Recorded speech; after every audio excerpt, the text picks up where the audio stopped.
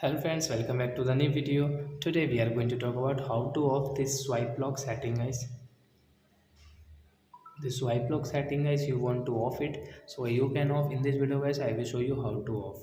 So well, let's see how to off this swipe lock setting in Vivo phone. So first of all you will have to come on your phone setting.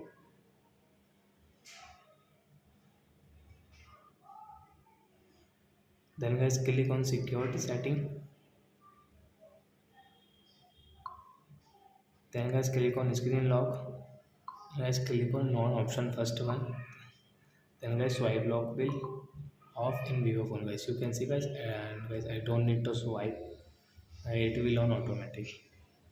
So I think friends we have understood how to off swipe lock in Vivo phone. So that's it guys. Thanks for watching our video.